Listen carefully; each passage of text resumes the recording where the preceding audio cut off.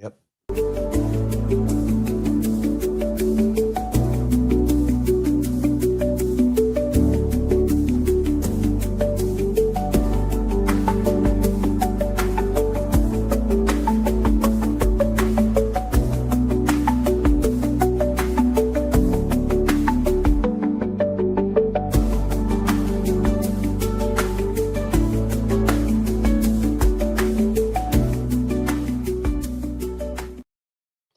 I have no more to say about Bad Bunny. All right, I do. But everybody's crazy, and it's just ridiculous. I'm Tony Katz. The show is Tony Katz. Today, we'll get into ICE and Department of Homeland Security as well. Let the radio show begin. Let's do this. The whole plan was, you can't trust ICE. We need body cameras to be able to protect ourselves from these terrible people, these would-be Nazis, this Donald Trump's hand-picked Gestapo, whatever disgusting thing the left was talking about on that day, insulting American citizens, doing the job and following the law that American citizens wanted done and our representatives voted for. But once they got what they wanted, which was ICE wearing body cameras, they all of a sudden said, now, wait a second. What if this is used for surveillance against all those people attacking ICE that we secretly love, but we don't want to tell anybody about? Yeah, it's got to be a problem for the political left. Tony Katz today. Good to be here. Good to be with you. Find everything at TonyKatz.com. Proud to announce that I will be the halftime entertainment in next year's Super Bowl. It's going to be fantastic. There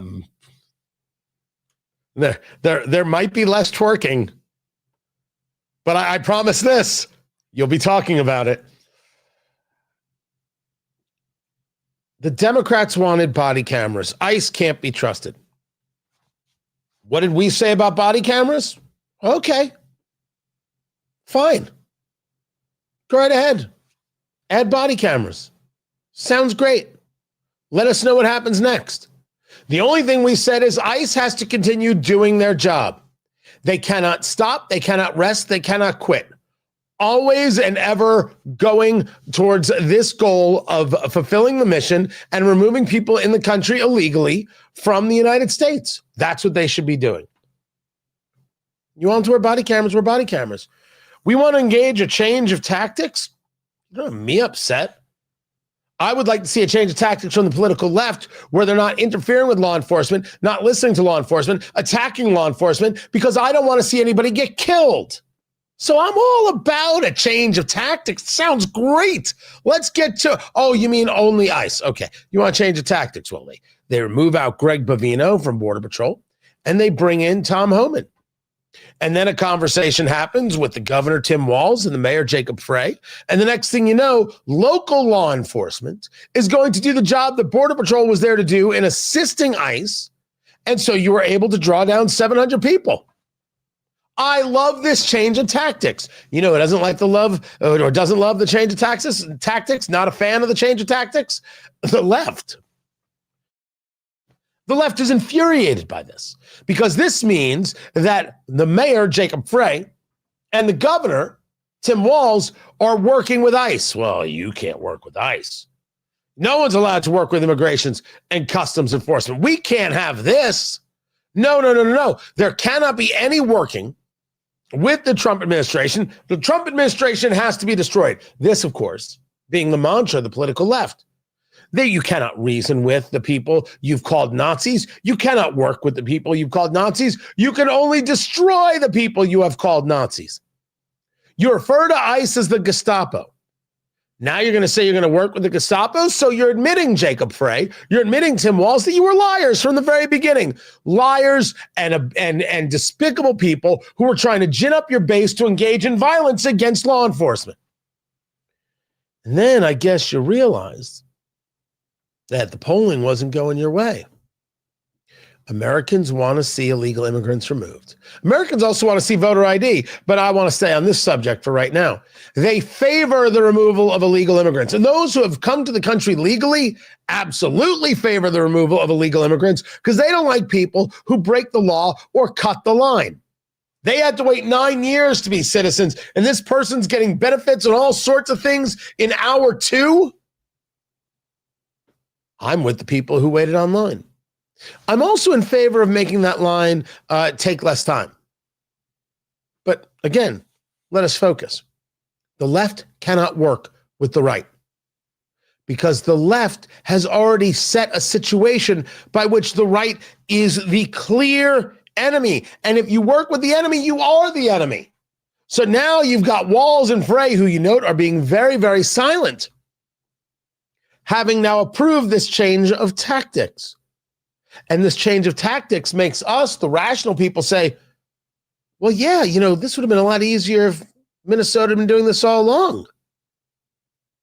So yeah, ICE changed tactics. What about the left? No. They're still violent. They're still in the attack mode. ICE needs to have body cameras. We need to keep an eye on what they're doing. And the vast majority of us said, okay.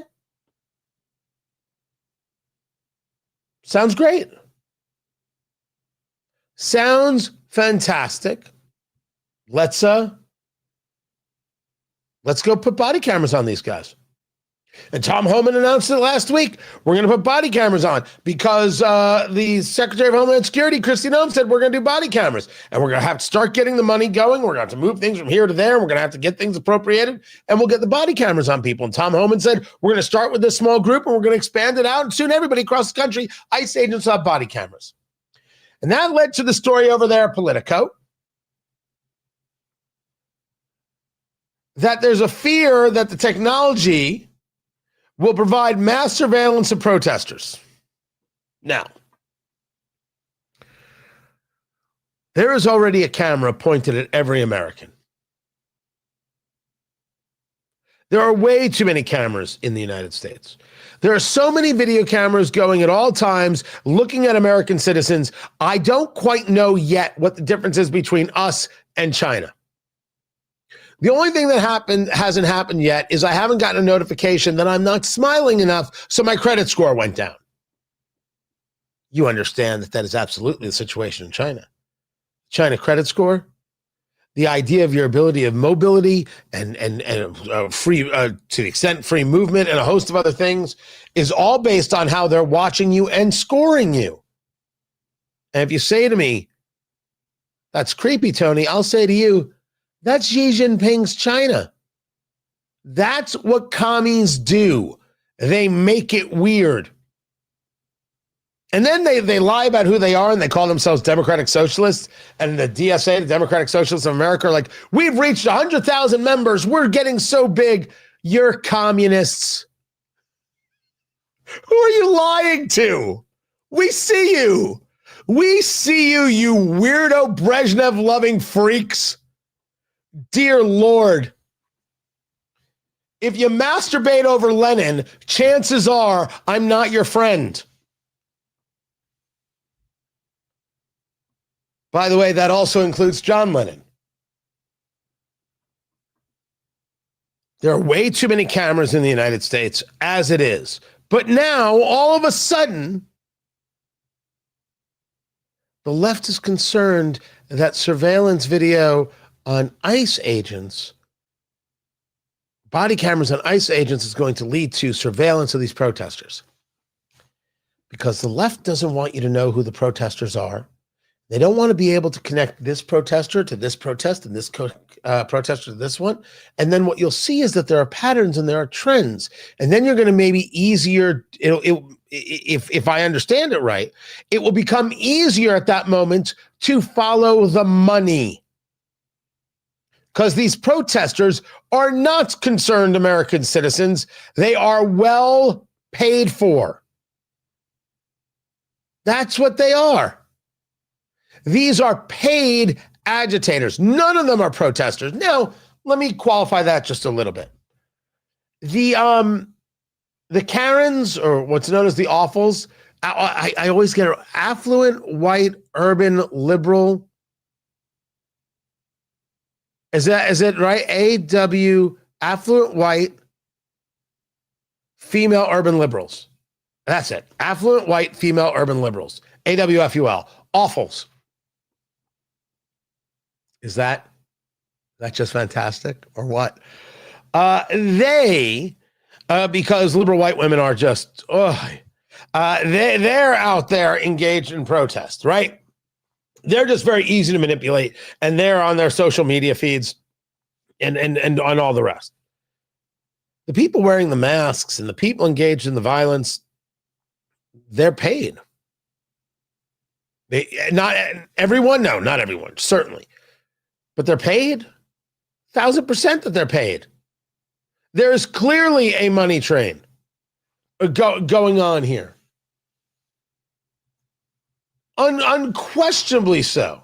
We have seen the reporting out of the Manhattan Institute and from other places, talking about what it is that they found, what it is they've seen. The reporting of Christina Buttons, who we talked about here, and is now making its way across the country. Those people are the people the political left wants to protect. So now if you have the video cameras and then the body cameras, you're going to be able to see more of these people. That's it. These people aren't protesters. They're not standing on a street corner waving a sign. They're not there in front of their member of Congress saying put an end to this, that, or the other. They're violent people engaged in violent acts because they love the violence, because the objective is not to stop ICE from deporting people. The objective is the destruction of what? Western civilization. We've been through this, and yet the propaganda artists are still out there. They're in my chat room right now. They're on social media, and they're on MS Now and CNN trying to tell you that, no, the real issue here is these fascists in ICE. We get that they're full of it. We see this. We understand it all too well. The left is upset that more and more and more and more, the people realize the amount of total garbage that we have been fed. Do I think everyone likes the actions of ICE? No. I think that when two people get killed, a lot of people say, okay, what's actually happening here? Can we take a moment? Sounds rational to me. But Americans have spoken that they want illegal immigrants removed. And the people who don't want to remove illegal immigrants, they're the people who are wrong, and we should say so. And the people engaged in violent acts against ICE and against law enforcement are absolutely supported by the left, whether financially or through complicitness. Which includes, well, we can't create videos of these people. We need them. Chuck Schumer doesn't denounce these people. He's hoping they continue because he thinks it's a political winner. So, you want to put cameras on ICE agents? Fine by me. Now we're hearing that the next shoe has dropped. That the Democrats have decided they are absolutely not going to vote for funding for Department of Homeland Security, which ends now in a week and a half. And if they'll only vote for it if you get rid of Kristi Noem. What? Yeah, the Secretary of Homeland Security has to go. She has to be fired. You get rid of the Secretary of Homeland Security, you get rid of Kristi Noem, and then, well, we'll give you your funding. Okay. I mean, if that's what it takes, get rid of Kristi Noem. Get rid of Kristi Noem, put in Tom Homan, make him the Secretary of Homeland Security. I don't care. Just keep deporting the people who are here illegally. Keep arresting them. Keep finding them where they are. And anybody who gets into any level of violence with law enforcement and impeding law enforcement, arrest them. You don't have to be nice about it. Protesters are over there. Protesters are over there, and you let them do their thing. But people who engage in violence and impede, arrest those people. I don't care if they get slammed in the wall and zip tied. Doesn't mean anything to me. They're interfering with law enforcement. Screw them. Isn't that the point? Now, you have John Fetterman, somehow the voice of reason, stating that you are going to see Democrats not vote for ICE. Absolutely would expect that it's going to shut down. I know that the Democrats, we provided, I think it was 10 kinds of basic things. And then the Republican pushed back quickly, saying that that's like a Christmas wish list and that they're non-starters. I truly don't know what specifically are the Democrats' red lines, that it has to be certainly not going to get all 10. But now, if I had to say now, they would probably expect that there is going to be a shutdown because things are just drowned down to committed to do that. And for me, it's always, as a Democrat, I've always been, just secure our border, deport all the criminals. And now I joined with Katie Britt to deliver the Lakin bill now as well too. So it's weird when John Fetterman is the voice of reason in the Democratic Party. But if you want to say we don't get funding for DHS unless Kristi Noem is fired, sure. The problem is you can't actually give in on that, because if you give in on that, then they're going to say, well, you have to fire this one, you have to fire that one, so you have to push back. But give me Tom Homan. As a matter of fact, get rid of the Department of Homeland Security altogether. Just keep going with ICE. Keep going with law enforcement, removing people from the country who are here illegally. That's the whole story here. Don't ever stop. Don't stop. America voted for this. Change the tactic? Sure. Change the mission? Hell no. Keep it here. I'm Tony Katz, and this is Tony Katz Today.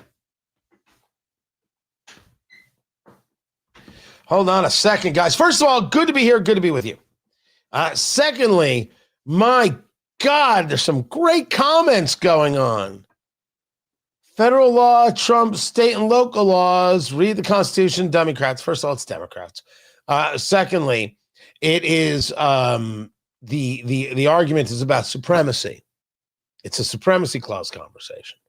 Secondly, here's Bob. I love these based takes on violence. The violence is what's happening from the political left. I just want it to stop. I want it to stop.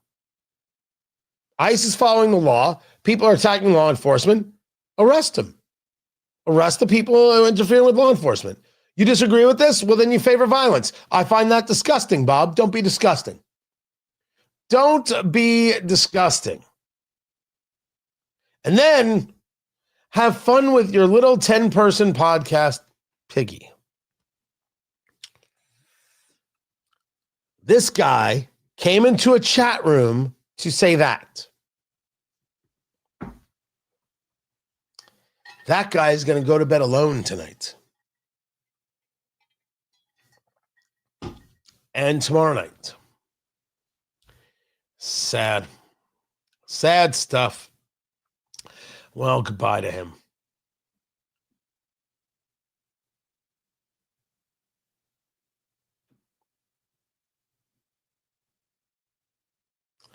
Yes, Beth, always the trolls. They go nowhere.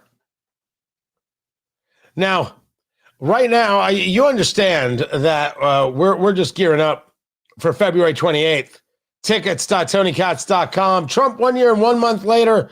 I swear to you, this has gone from just a, hey, let's have a party, let's have an event, to, oh my gosh, here's the path to the midterms. Here's what everybody has to do. Let's get to work. We can win this thing.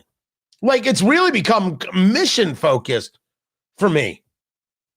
Really and truly. So get your tickets, tickets.tonykatz.com. It's Trump 1 year later. Security will be there. I'm not concerned about anything, but people are weird, man. They are very, very, very, very weird.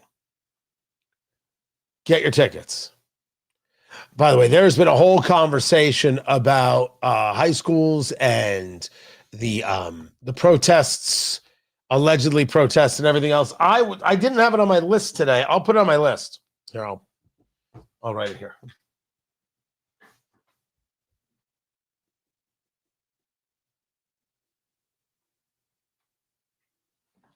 There it is. It is written. It shall be done.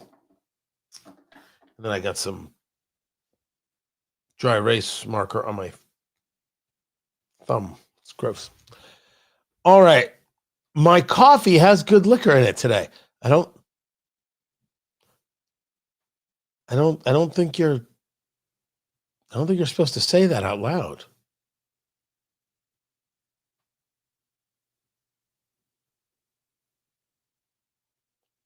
It's 12:30 in the afternoon, Landon. It's not 12:30 in the morning. Dude, you don't even know what time it is.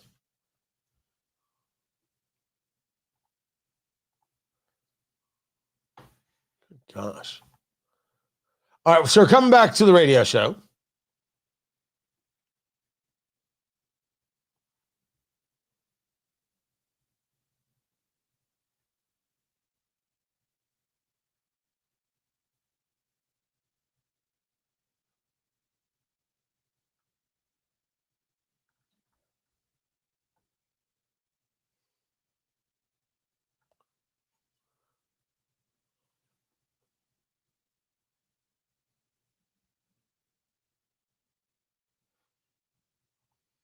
So the Super Bowl has come and gone, and the Seattle Seahawks are Super Bowl champions. And the only thing I could say is at least it wasn't the Patriots. Tony Katz today. Guys, good to be here. Good to be with you. Live streaming over there at the YouTubes. Come check it out for yourself. Go to YouTube, subscribe to Tony Katz, and be a part of it. Also on X, on Facebook, Tony Katz Radio. Find me there. Of course, no one's talking about the game. Seahawks 29, Patriots 13. Drake May looked abysmal. I actually feel for that guy. Second year in the league. He's in a Super Bowl. The shoulder clearly was an issue. Just not good, not confident, not there, not prepared. Drake May looked like Drake having a beef with Kendrick. It was really bad. Really, really bad. But no one's talking about the game. Everyone's talking about the halftime show. What'd you think of Bad Bunny? Doesn't matter. What did I think of Bad Bunny? There were some good visuals. It was an interesting scene that they had set up. This couple actually got married in real life. I thought that was very cool. The twerking, I don't think that's very family friendly. Guys grinding on each other, not very family friendly. The audience clearly didn't understand what was going on, and there was no way to relate to the music, and they don't speak Spanish, and the whole thing was in Spanish, except for Lady Gaga, which was a nice little change up, and Ricky Martin, well, he was in Spanish. How you saw the halftime show is all how you look at your politics. If you love Trump, you hated the halftime show. If you hate Trump, you love the halftime show. People aren't even honest about what they saw in the halftime show. And then you had the competition with Kid Rock and everything Turning Point did. And they're saying that it was 25 million people all in all the platforms and all the places. And people are like, that's nothing. The Super Bowl had 140 million. You lose. It's not about winning or losing. There was an audience for something else. And they actually had to go and look at something else. So they did. And there will continue to be this. And the whole halftime show is not about anything other than the NFL is an international league now, and they wanted to prove it, and they did. What do I think of Bad Bunny? I don't. You know what Bad Bunny thinks of me? He doesn't. I think there's a lot of breakdown here, but in the main, we're not looking at this thing honestly. Everyone's looking at it politically. And that's the take. If you like Trump, you hated the show. If you hate Trump, you like the show. This is Tony Katz today.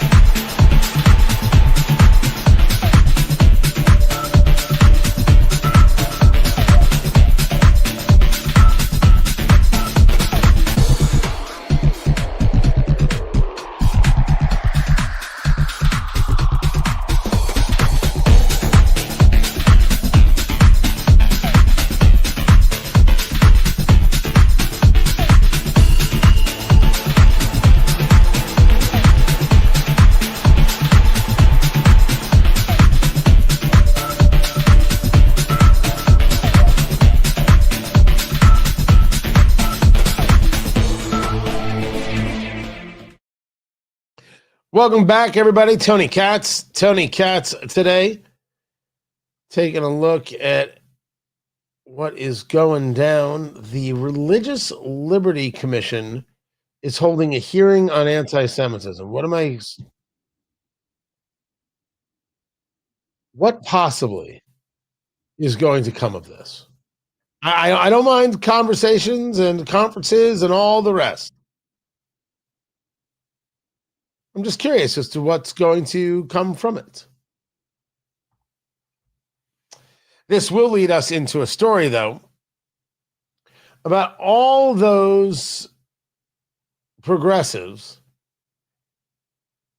who most aggressively supported Hamas and bought into every lie that we were told. Every single lie. By the way, the Wall Street Journal has a headline: Bad Bunny uses joy to put out political firestorm at Super Bowl halftime. Okay. If that's what happened. I didn't think that's what happened. I didn't think it was the end of days. I've seen, halftime presentations that I didn't think were family friendly. Are we going to pretend that the twerking and the grinding didn't happen? Because it did. Because it did. We should be honest, and no one is. Except for us, no one is being honest about any of this stuff.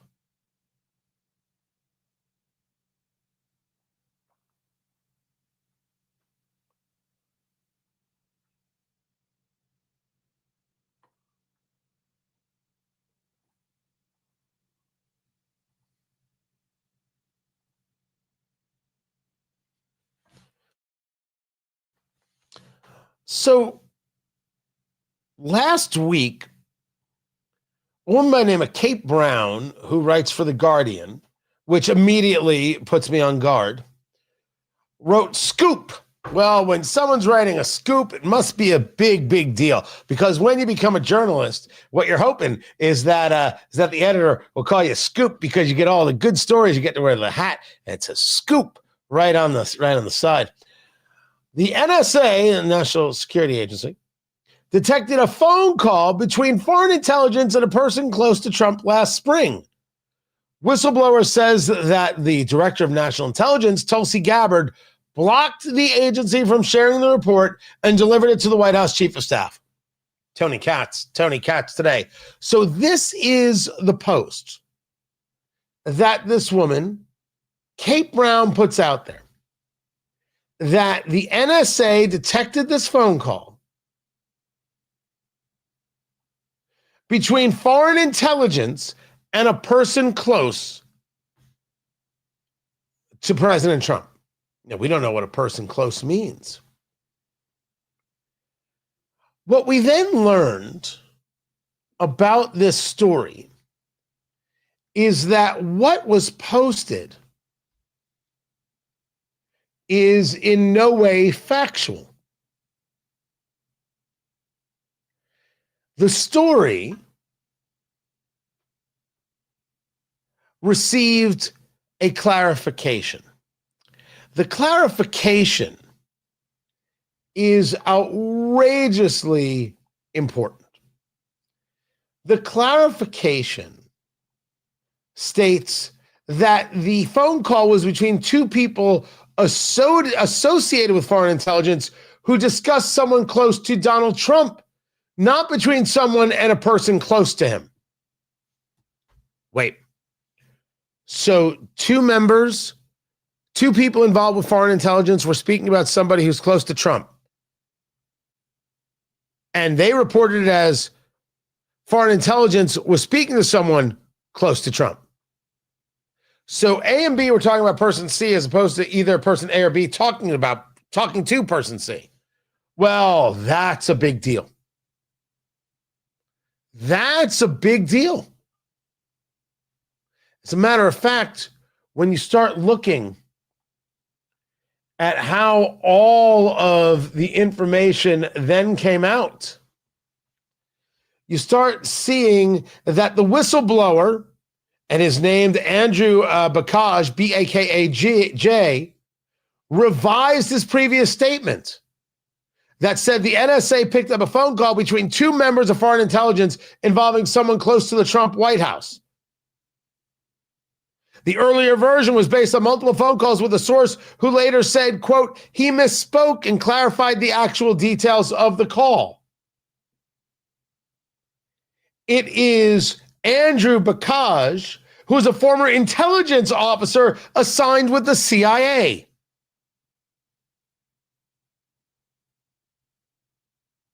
He confirms that he is one of the lawyers who represents Vindman regarding everything that was leaked and was said during his time with the DOD.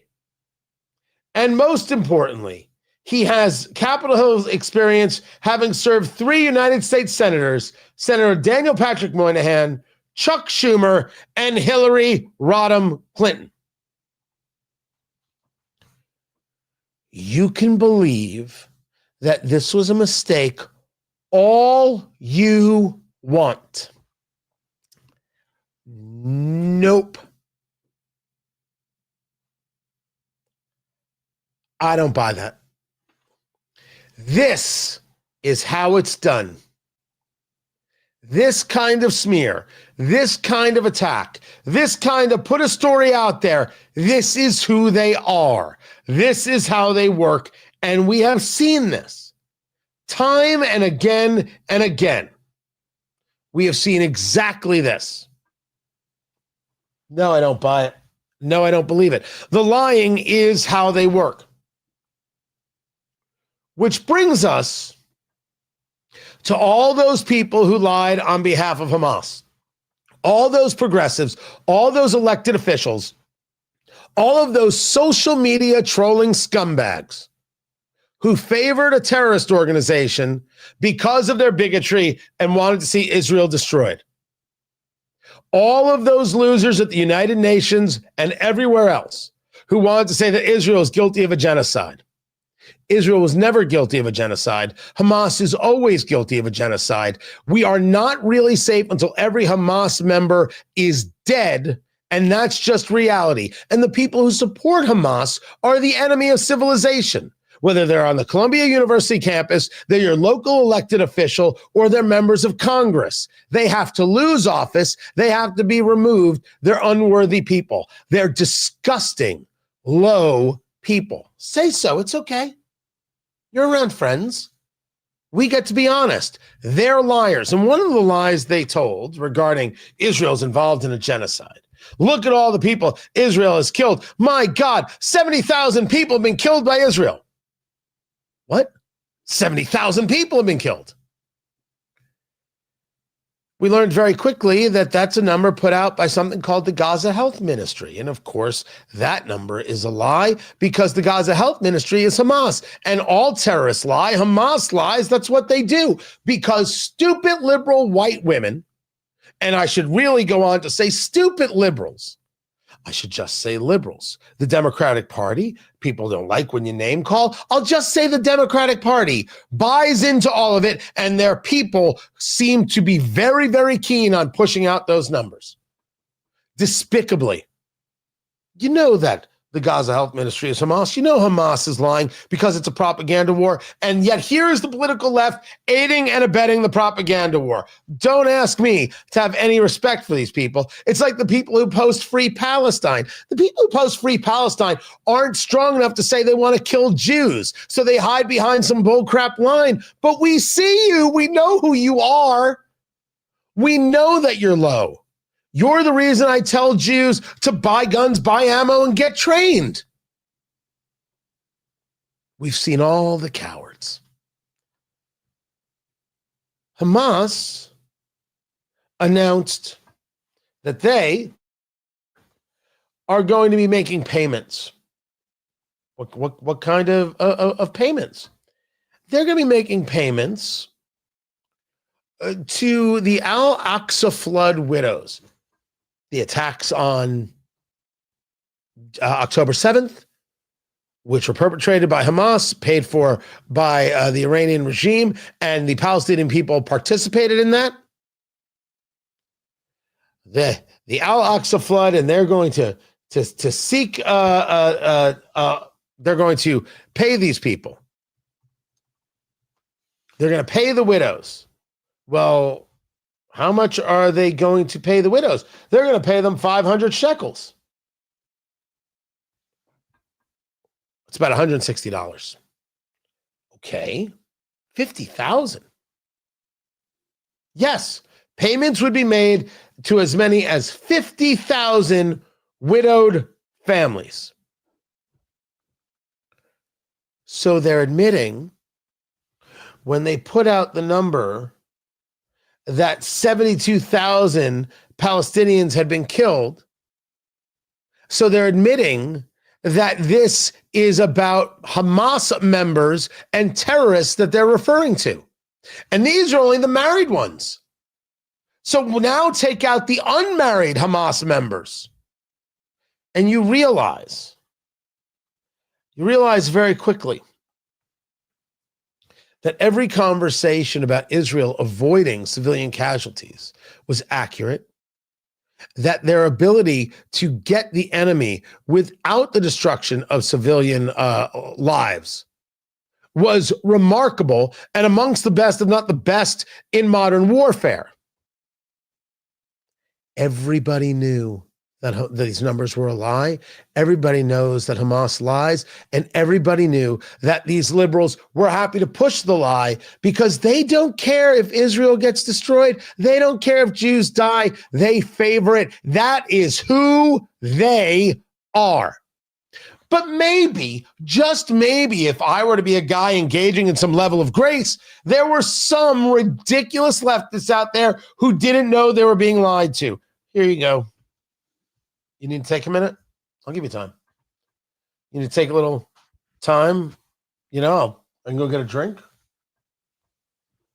I can go, I can grab a bourbon here. I've got, this is a Bardstown right here that was written out to Eat, Drink, Smoke. I've got First West. What do you need?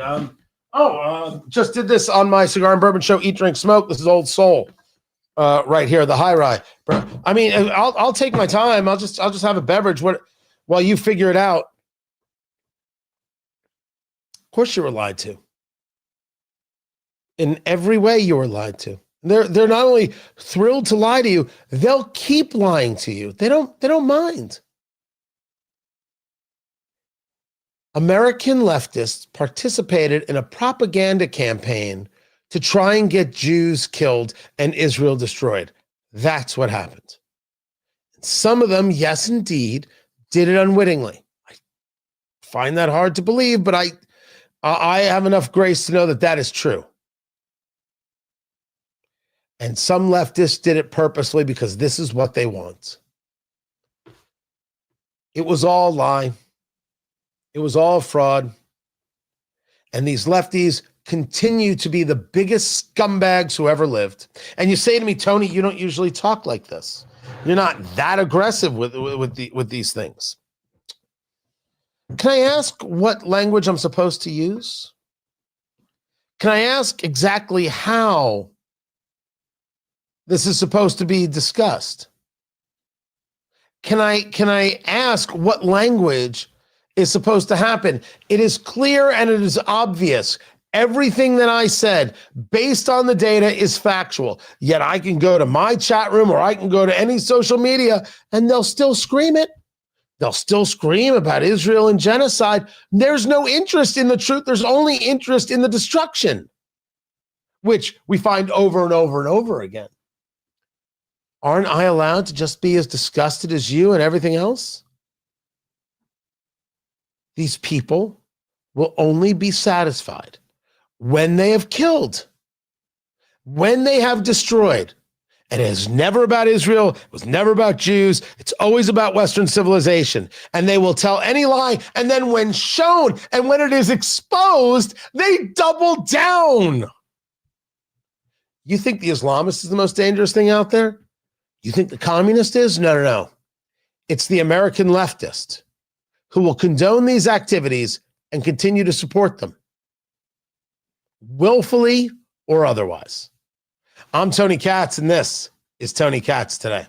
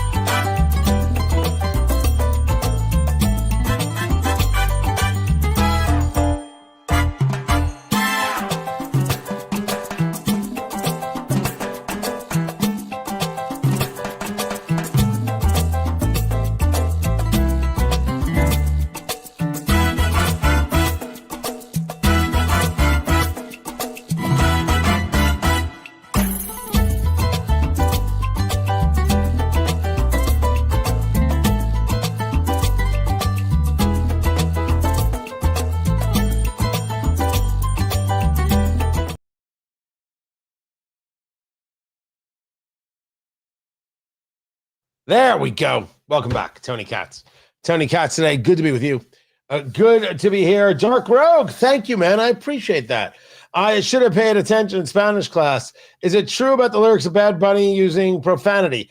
So I've seen that posted in a bunch of places, but I don't know yet if that is indeed the case. I figured I'd let that story kind of get around, be able to get with some people who would know what's happening, and then be able to bring that story this week.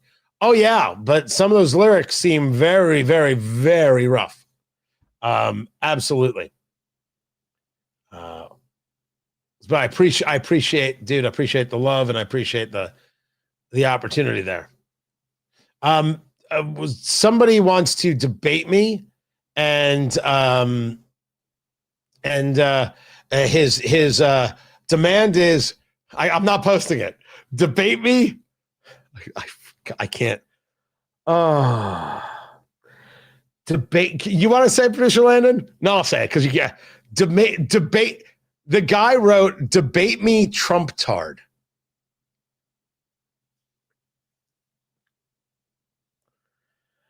Dude, what makes you think you're worth my time? All you are is a little bit of fodder for the chat room. You think you're worth my time? Dude, I don't think you understand how this works. Goodbye. Yeah, that was you just getting deleted. Dude, I don't no. It's like the people on my Twitter feed. Let them scream and let them yell. I was today, a guy's upset with me, fine. And then he posts a photo of me.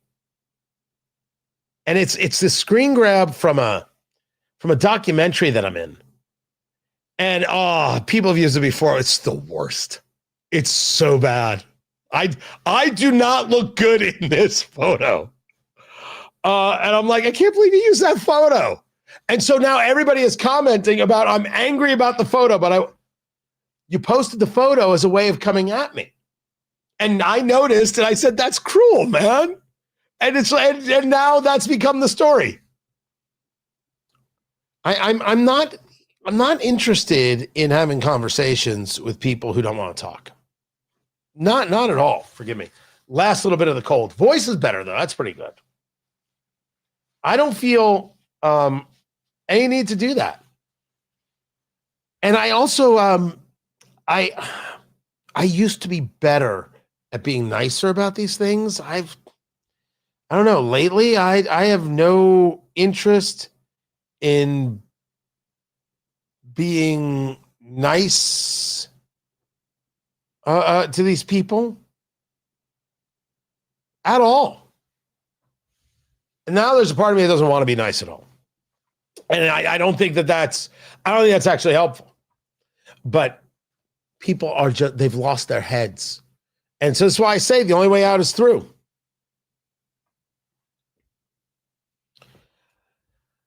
I do want to get into the student protests that have been happening all across the country because I've been talking about it a lot. My God, it is embarrassing to watch people say things like, oh, you don't think students should protest? I thought you believed in free speech. They're walking out of the classroom. Well, yeah, they can do that. They can do that. What are you talking about?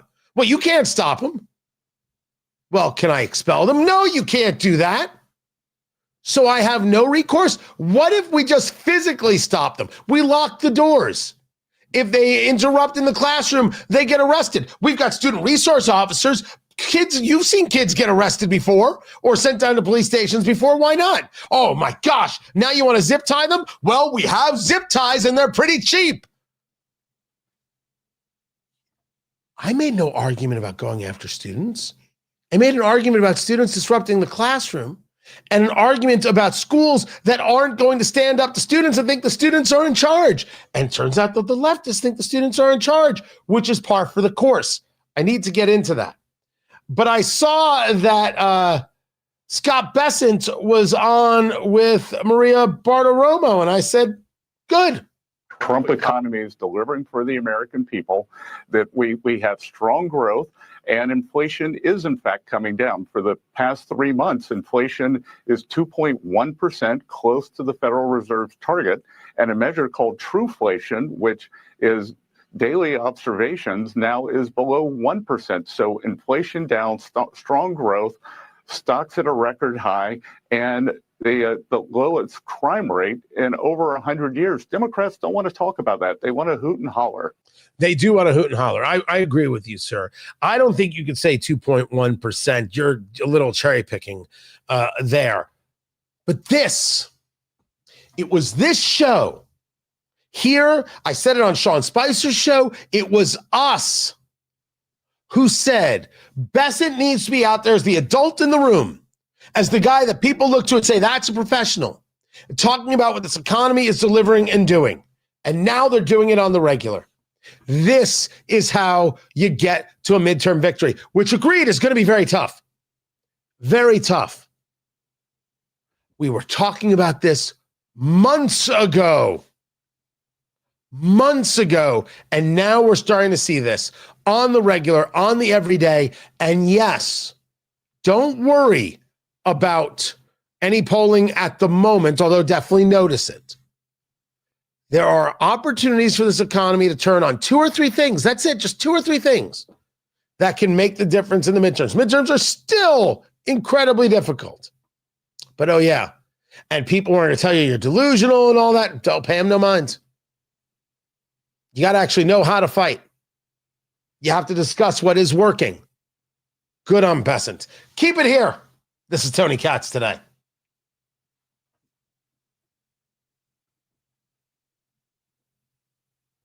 Hold on. You think it's what? It's up to the students to decide if the possible consequences override the want to speak out. As a high schooler, a student can choose to interrupt the classroom, and it is their responsibility. You think that a 16-year-old knows this? How about an abortion? How about changing their gender? How about doing meth? I think we should take a much different look at this. They're children. Why don't we treat them like children? Why don't we just accept the fact that they don't know? And it's our job to protect them more often than not from themselves. What is this idea that the children should be able to decide? Not a chance. Not in the slightest. Not in the slightest.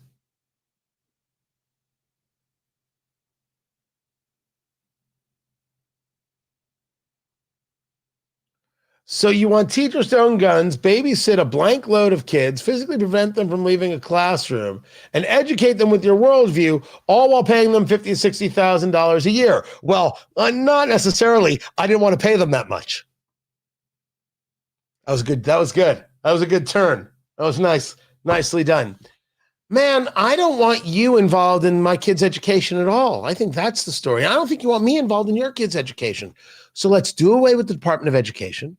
Let's do away with the teachers' unions. Let individual school districts through the state decide. Let money follow students and not systems. And then you can have the best opportunity to create the education for your kid as you see fit. But when students can just walk out, what you're saying is that the teacher is not in charge. And I think the teacher should be treated as a professional. I don't know why you don't believe that. Here's what we got going on. We have got ourselves the radio break right now happening. And because that's happening, we are going to do a break right here. Kick back, relax, smoke them if you got them. And we'll be back in just a few minutes. That's how it goes. Keep it here.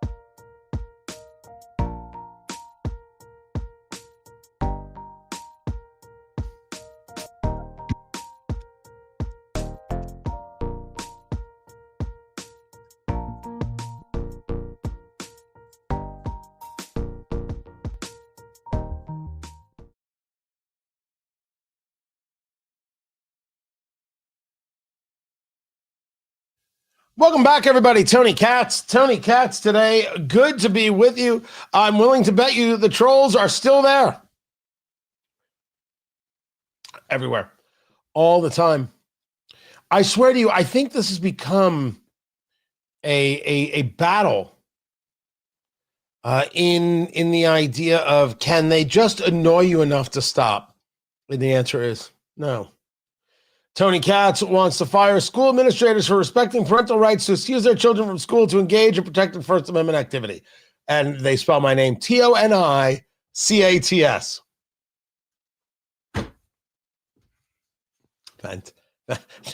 It's so tough. It's so brave. Oh, gosh, there's just somebody else that's going to go to bed alone. I mean, they are. I'm just saying, no woman is willfully going to bed with that guy. That's my take. That is 1,000% my take. All right. I'm going to start with this. Should I start with the student protest stuff, or should I start with the Gene Wu stuff?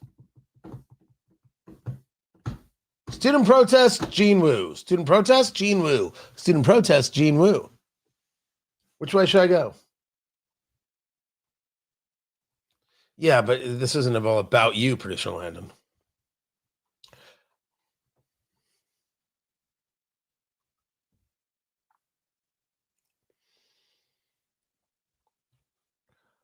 There is a weird obsession with children. Especially the idea that somehow children know what the hell they're doing. They don't. That's why we call them children.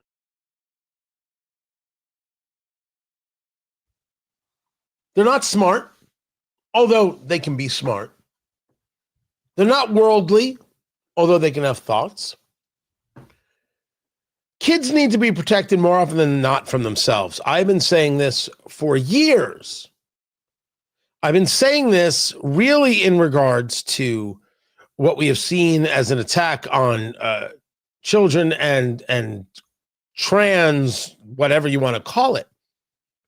The abuse of children. Well, a 9-year-old or a 14-year-old can determine their gender. No, they can't. Of course not. What an insane thing to say. Tony Katz today. Good to be here. Good to be with you. Find everything at TonyKatz.com, live streaming. Join me on YouTube. Just look for Tony Katz and subscribe. They can't make this decision. But I argue that there's a whole series of decisions that kids can't make. And I can categorize it all in recognizing there's a difference between childhood and adulthood, which on the political left, there's just no regard for this reality. The desperation to try and move children into adulthood. We could see this generationally amongst a lot of really, and we can go to Hollywood and how young women were sexualized from the word go. Whether we want to talk about in a Gen X heyday, a Britney Spears, we want to talk about a millennial moment, what they did to Millie Bobby Brown. 11 on Stranger Things.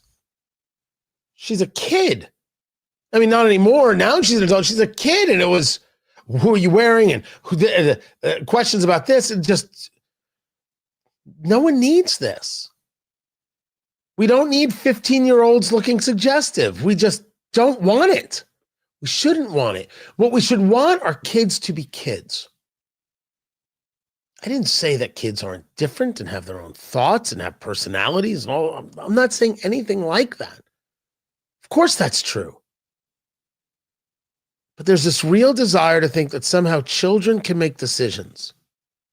Oh, you want to have an abortion? You don't have to ask your parents. Why do we say this? Well, it could have been the parents who's the reason for the abortion. Whoa.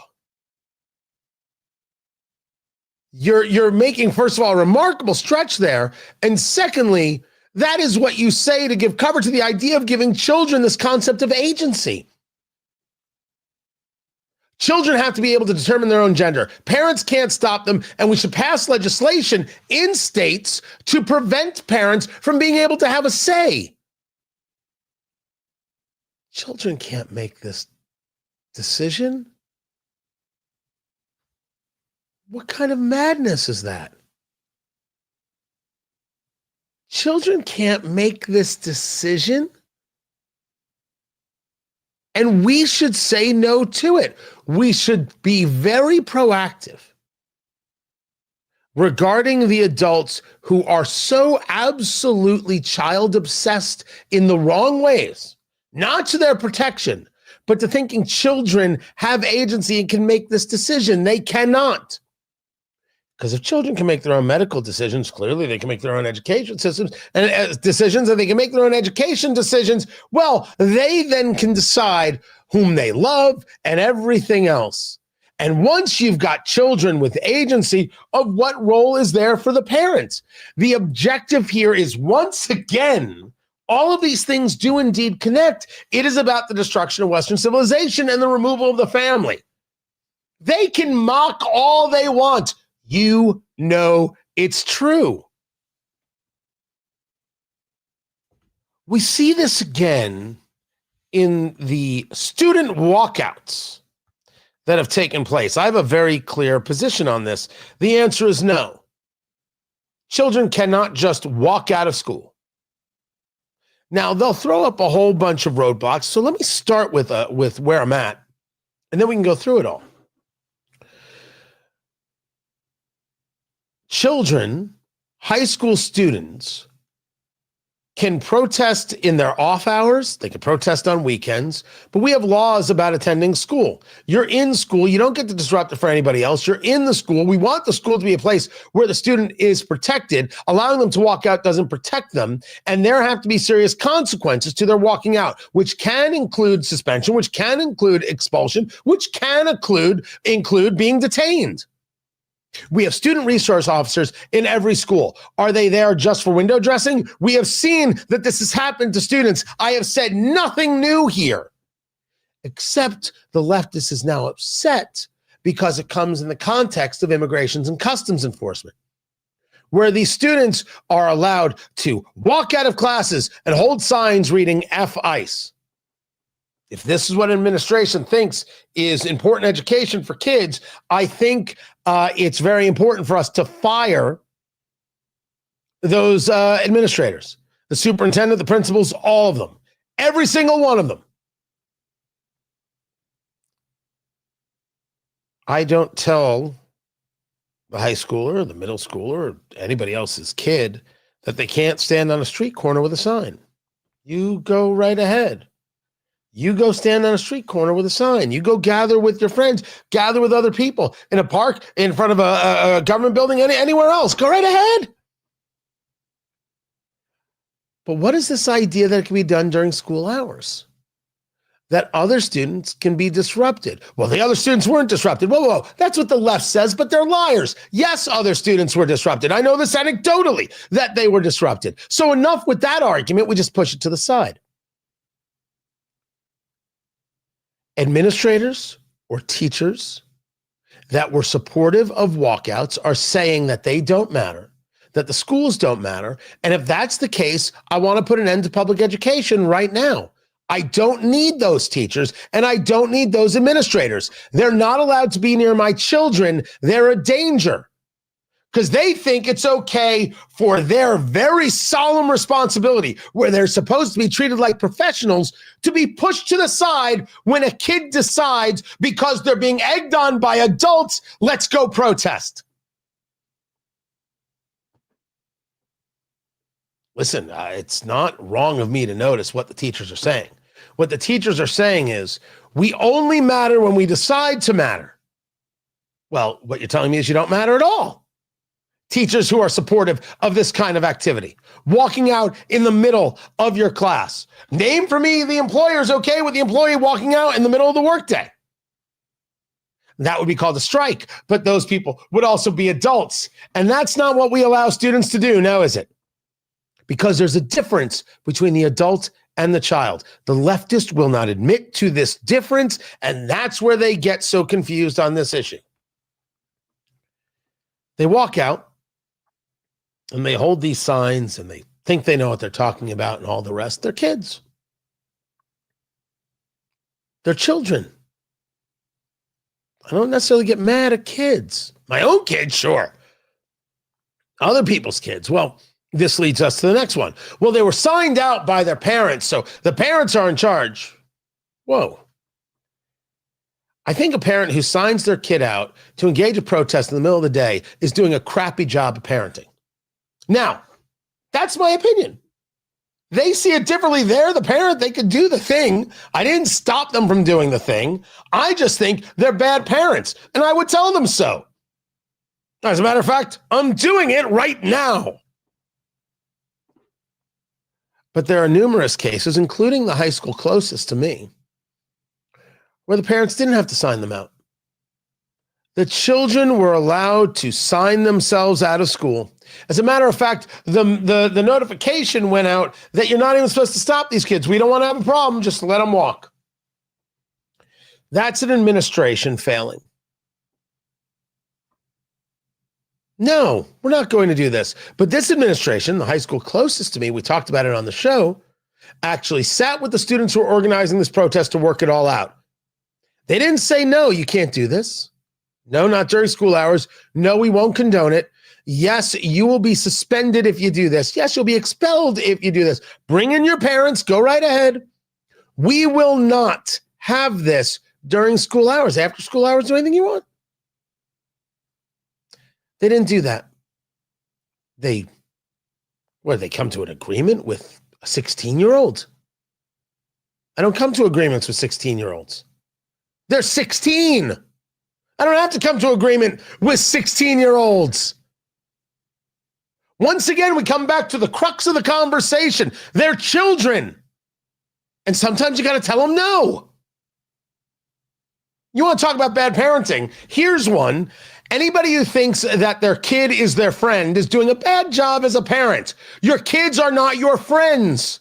You are not supposed to be their best friend. You're supposed to be their mother or their father. It's a fundamentally different role. I dig the role. It is awesome. It is not easy. It's a lot easier to be a friend because you can walk away when you're a friend. You don't have to be honest. When you're a friend, you could say anything. When you're a friend, the parent has a different role. You're not their best friend. Why are you trying to be their best friend? It's weird. And you're not doing your kid any favors. They need parents.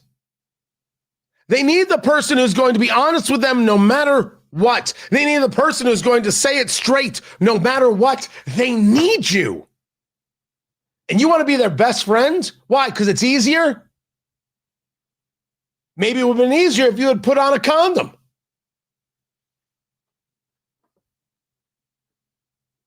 In every case, we're discussing this reality that these leftists think that children should be in charge and should be able to make their own decisions.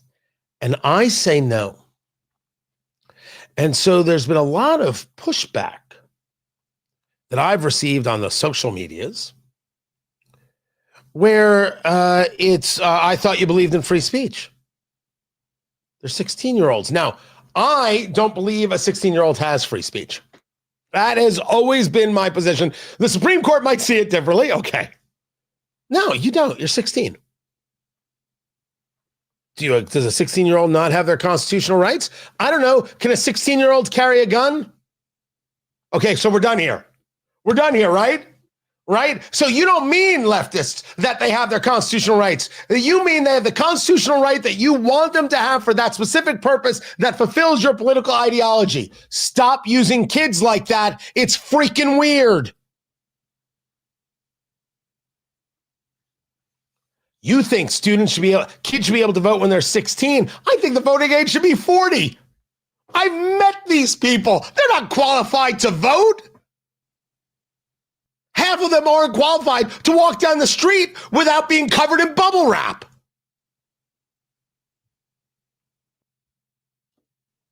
This is about adults wanting to abuse children for their political purposes. That's what all these walkouts are. And it's disgusting and it's reprehensible. And I'm one of the people saying very loudly, no, we don't do this. We shouldn't allow this. This should stop. I think that you should suspend the students who walk out. I think you should expel students who walk out. Now, there could be different types of things happening and different responses and levels and all sorts of things. And yes, I absolutely said that there are ways to stop students, and the left was shocked and stunned. He brought up zip ties. For the sake of clarity, I don't think some students have the right to disrupt a school system for other students. And I don't think they get to engage in walkouts where now the classroom only has 3 or 4 kids. Those kids, I don't know if they're being ostracized. How is the lesson planning the same? Is the teacher focused the same way? No, I don't believe, for those on the political left, that your children are so special that they get to interrupt the education of my children. And I want to stop that. Well, Tony, send your kid to private school. Does the money go with me? Oh, no. We have to protect the public schools. So now you want to tell me I can't get my money that is mine to educate my child, but you're now going to decide whether or not my child gets an education at all based on whether or not you can control your own kid. At some moment, political left, you have to realize that that's a garbage argument. And man, you suck. You want to abuse kids, then you want to abuse other people's kids for your political ideology, and you don't want anybody to be able to do anything about it except write more money to teachers' unions. This is just no way to live. This doesn't work. And it all comes down to the abuse of children that happens at the hands of those who think their ideology should be pursued. You pursue it with the use of children and the abuse of children. The shield that is children. I don't think we should reward that. I think we should say no. Administrators and teachers who support these walkouts and have allowed these walkouts don't deserve jobs. And if the walkouts are going to continue, we're saying that there is no need for public education as it is at all. Break the teachers' unions, put an end to this nonsense, and let's change the system. That's my take. I apologize for nothing. I'm Tony Katz, and this is Tony Katz Today.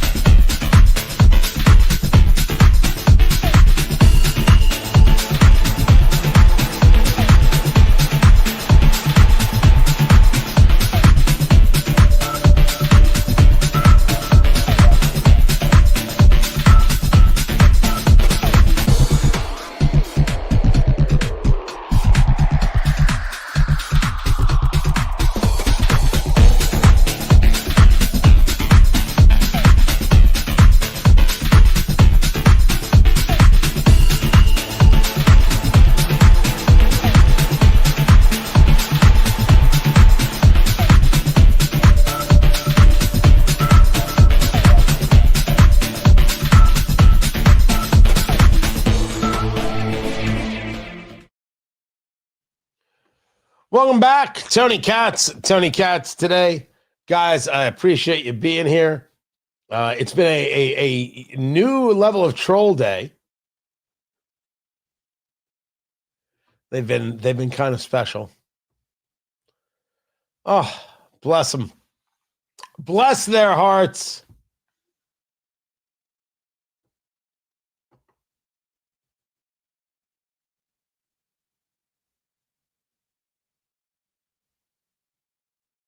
Keep coming at me, guys. God bless.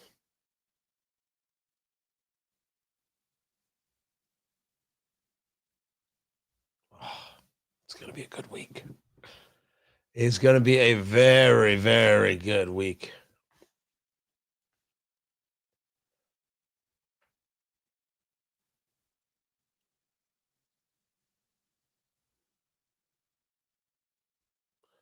Let me see. Oh, I should get to that. Oh, what happened in Japan with the election? Let me see if I can get to that.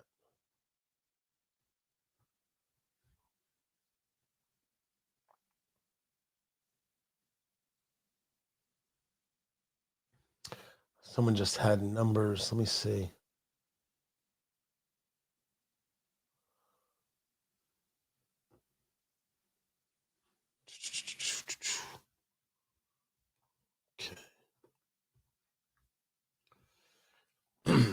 I'll do that. Got it. How am I feeling?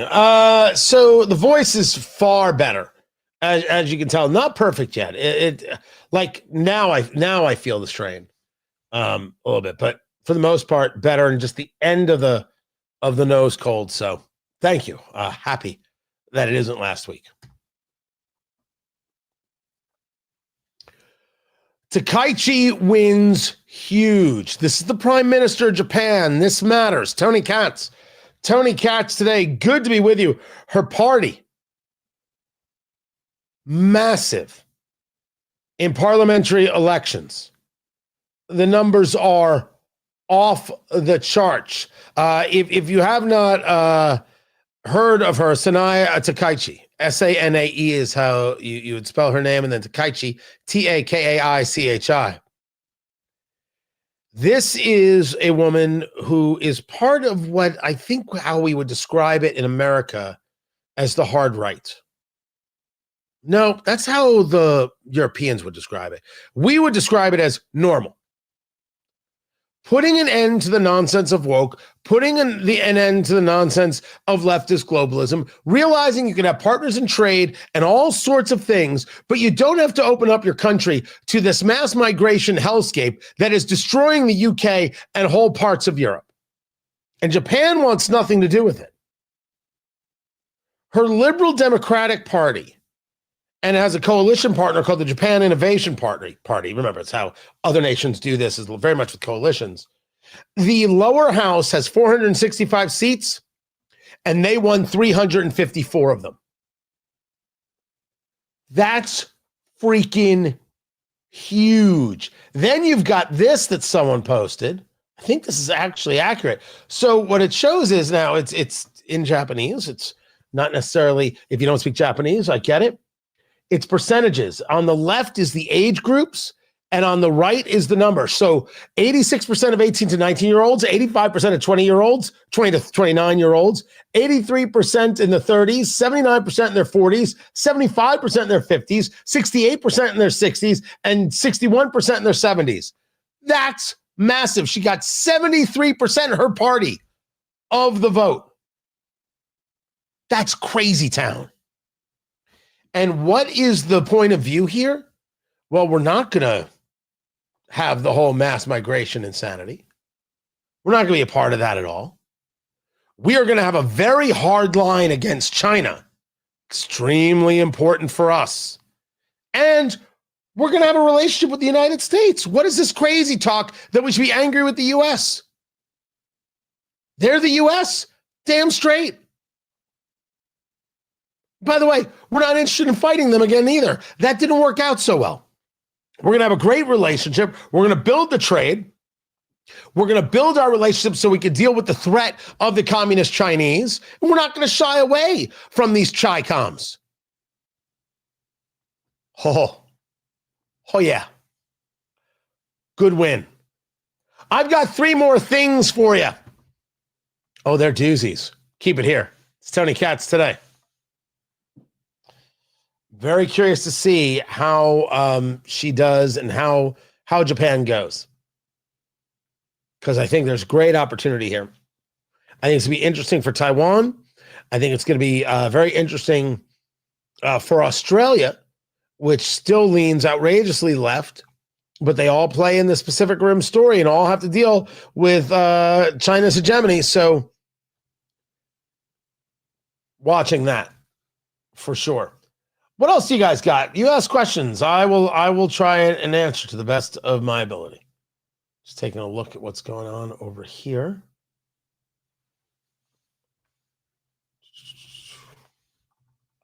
There we go.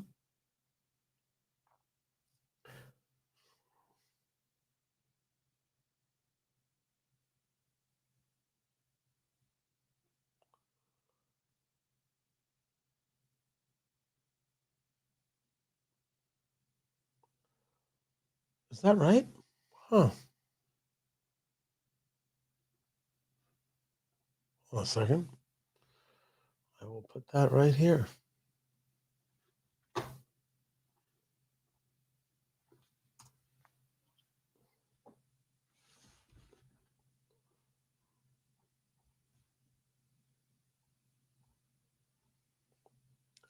That. I did that. I did that. Okay, there's this. There's this. Ah, there's that.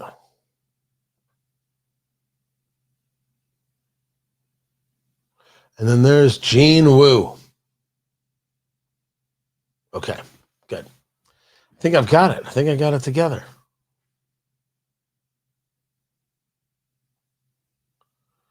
And then I should have got a clip of Ari Fleischer. And you're like, Tony, why do you have a clip of Ari Fleischer?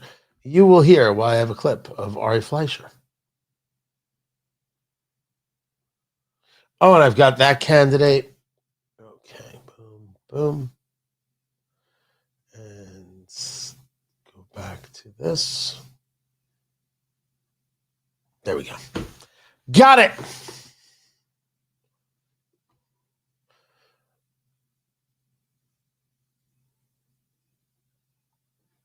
Wait, who's unhinged?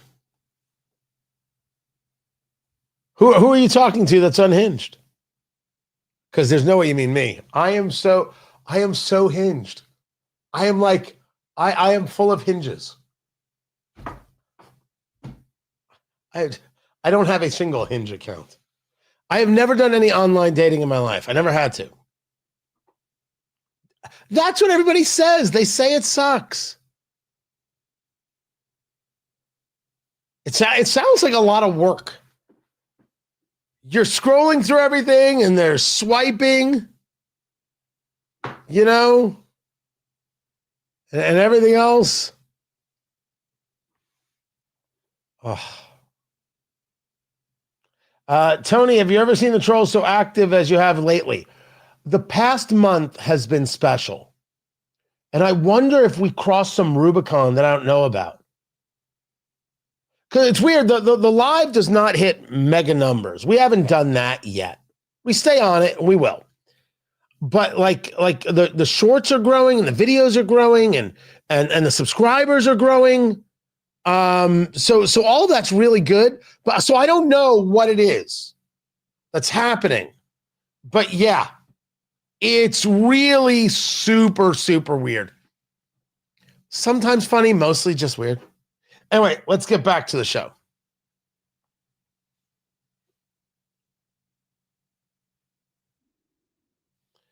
So I've got 3 more things for you. Tony Katz today.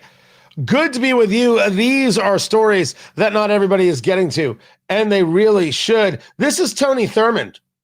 He is running for governor in the state of California.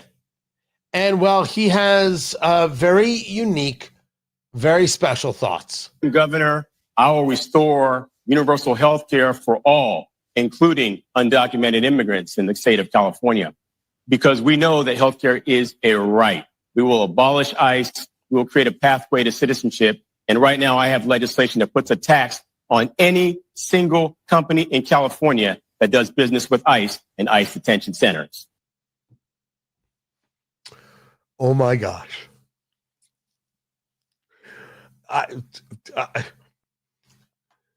Usually they're not as bold about it. Healthcare is a right. And if you work with ICE, which is law enforcement in the United States, you pay an extra tax. Hey, Tony, how come you're not a Democrat? Huh? Look at this. Look at this. Oh my gosh. You could have that position and say it with a straight face, and Democrats will go, yes, yes, we agree wholeheartedly. God almighty. All right, that was one. Then there was this. So this was, who put this out? Ben Weingarten over at the Federalist, and he does stuff at the New York Post. I said, this is an interesting bit of data here. This is a chart put together by CBS News through a DHS internal report. If you're watching on the live stream, it is a graph. And what the graph shows, it's got this, it's a circle, pie graph, circle. It's got this big, light brown area. Then it's got this little sliver of medium brown, and then it's got this area of dark brown. And what it shows is the following.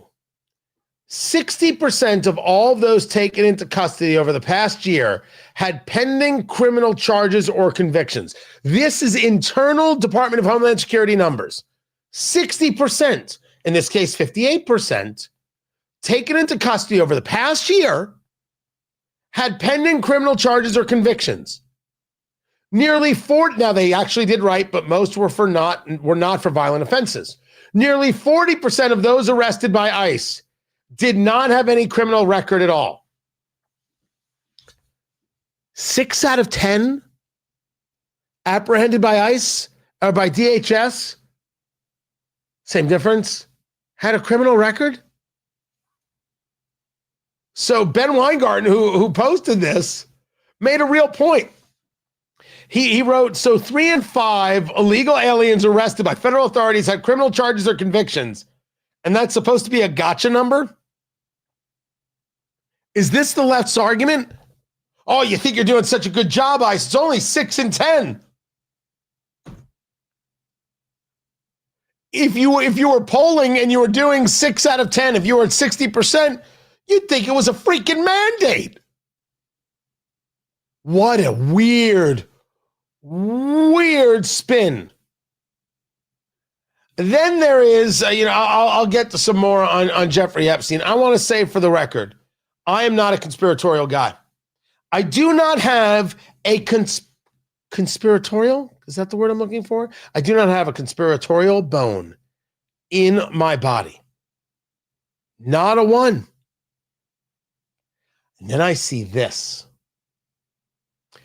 Statement announcing Jeffrey Epstein's death emerges from files, but it's dated a day before he killed himself.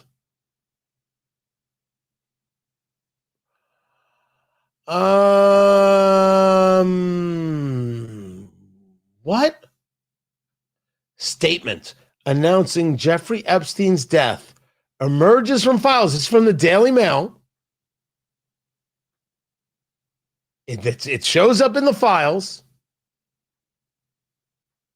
but it's dated a day before he killed himself.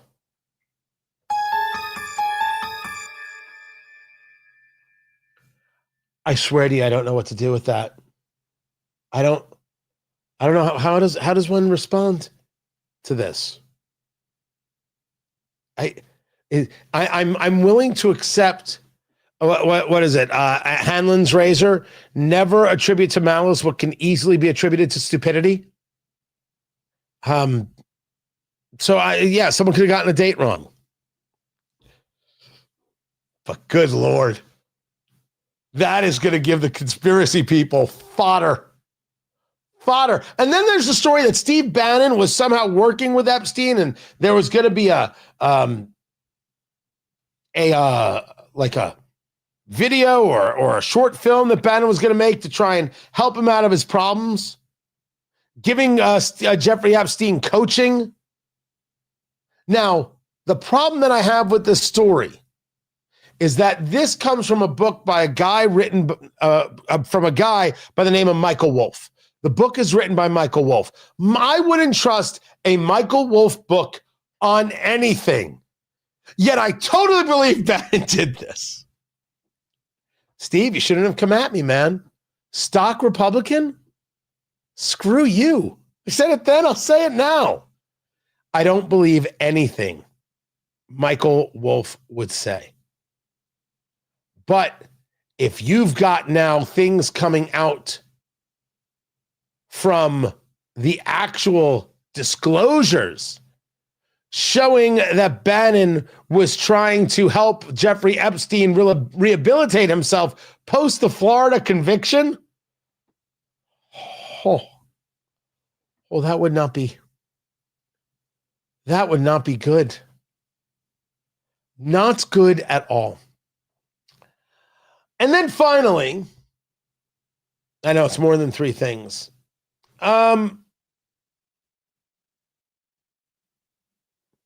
We go back a couple of days ago, and I did a show. This was on. Does it have the date here? It was 5 days ago. So what was that? February.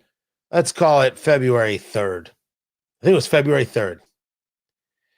And the headline of the show is, they're not protesters, they're militia cells.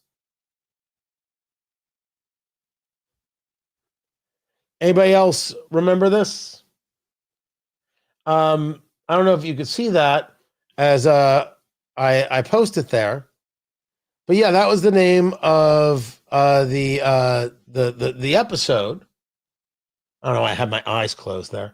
That they're not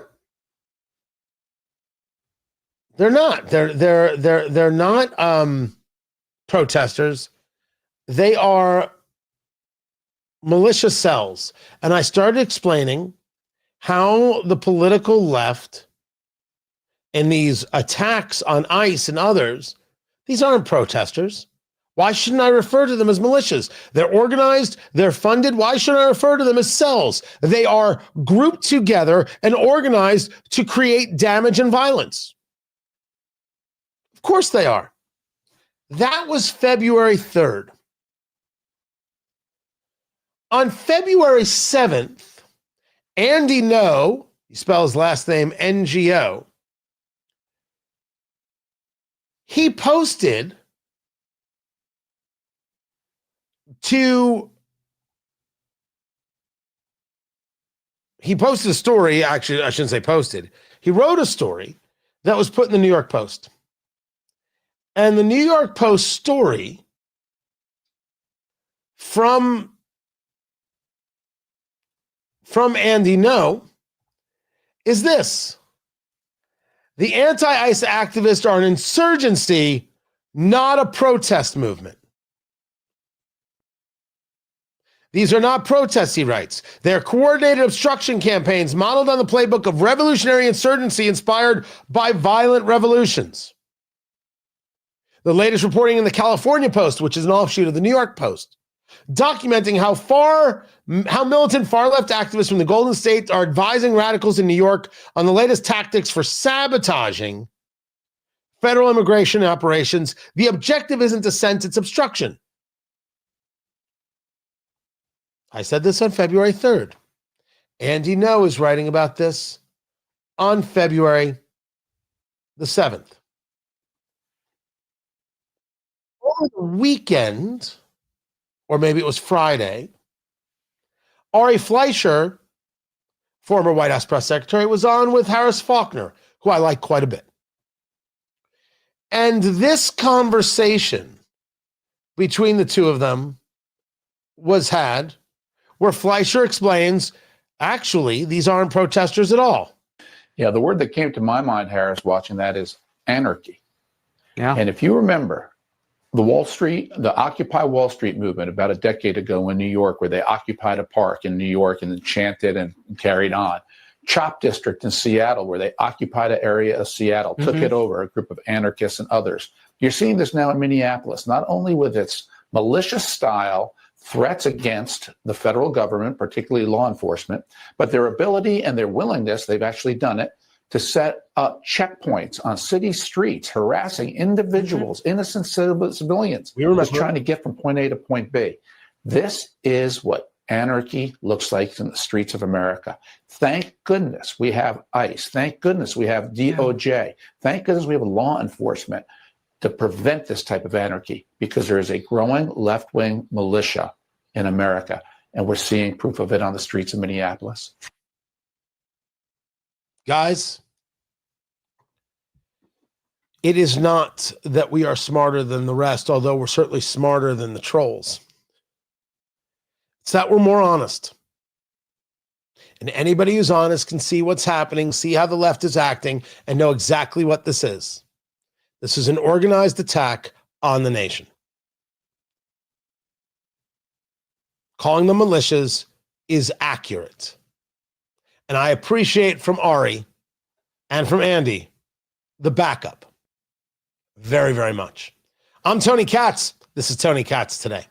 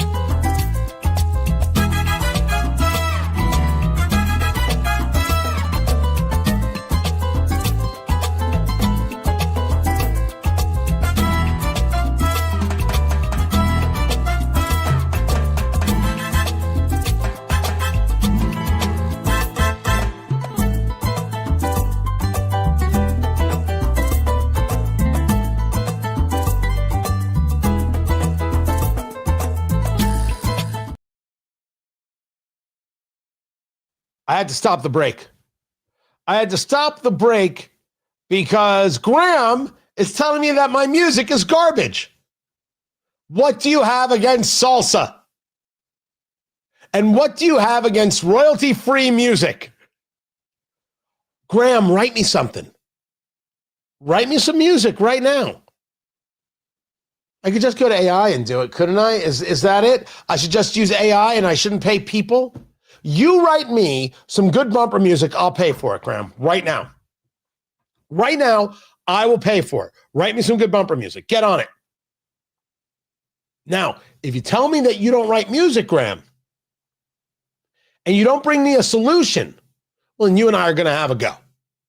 Don't you tell me my music is crap and then be like, oh, I don't have anything better for you. I just like complaining.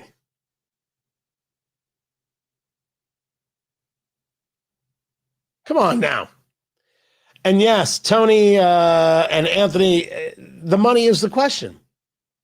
Where is the money coming from? This is what we are following. We're seeing this from different funds. We're seeing this from different Soros-related entities, and not just him and others. And this is absolutely correct. Absolutely 10,000% accurate. Follow the money. Unquestionably true.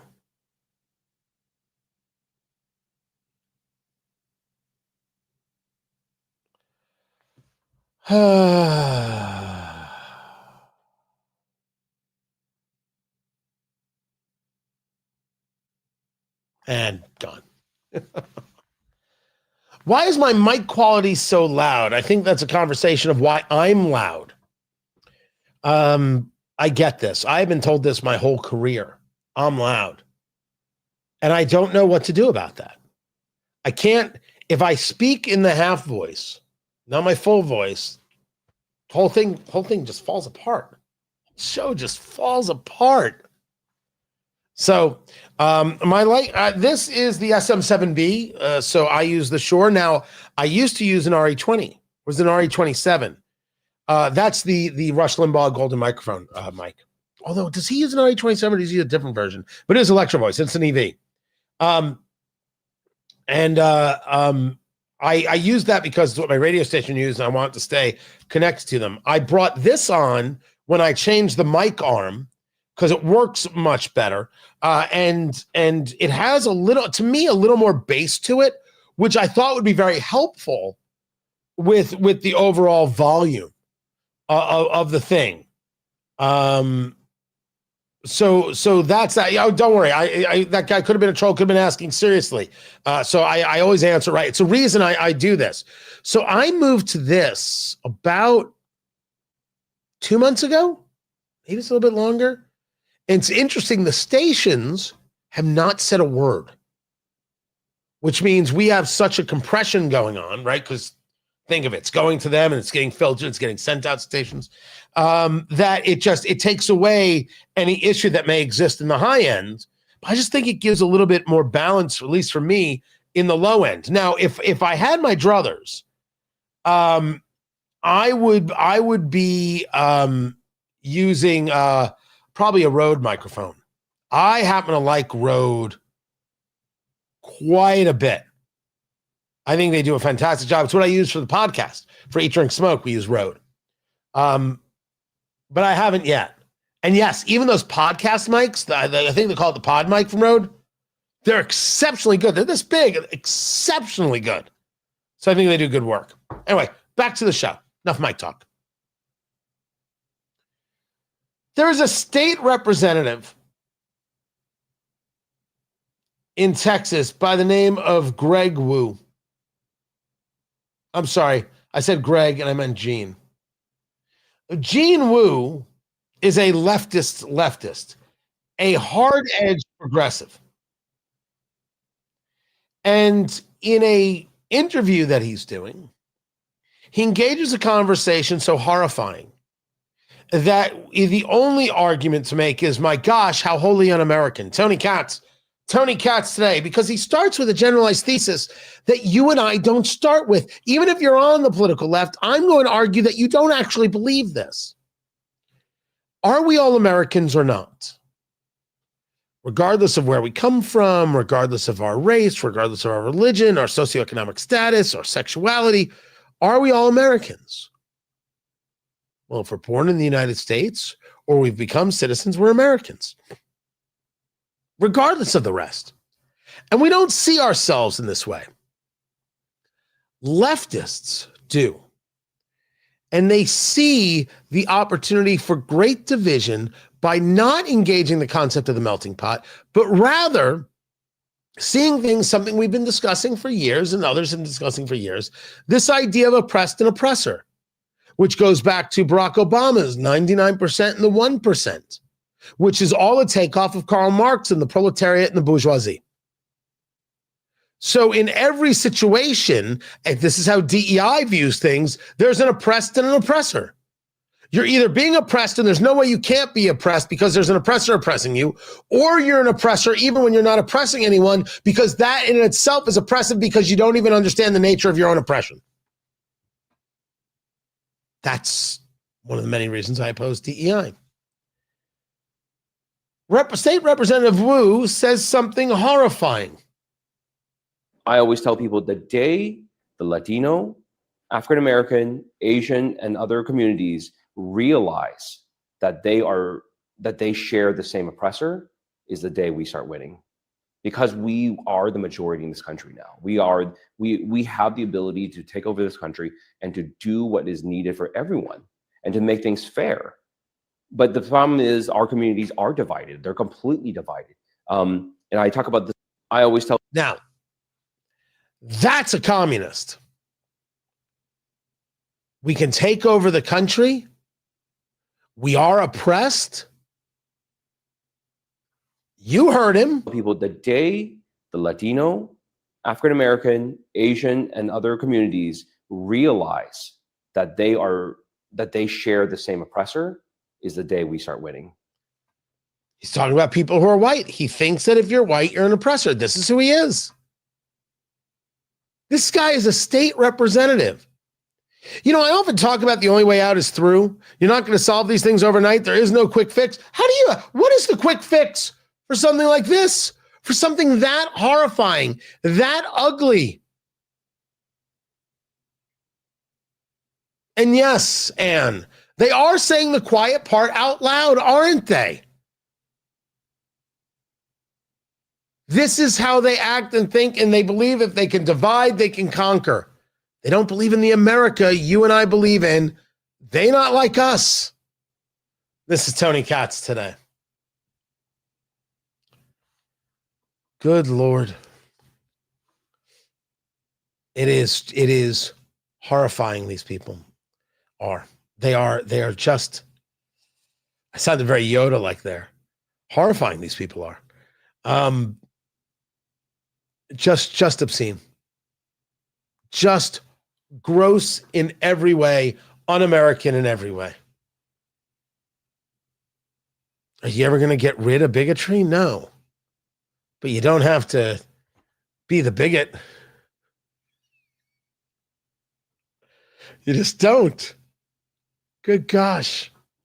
Guys, I appreciate you being here. I have got more radio show coming at WIBC.com. You're going to want to be a part of that. And don't forget, Trump, 1 year and 1 month later, the highs, the lows, how we win the midterms. We are going to have such a good night with the bourbon and the food and the music and the party. Put on your red tie. Come join us. Tickets.tonykatz.com, February 28th, downtown Indianapolis. It's going to be an incredible night. Do yourselves a favor. Come join.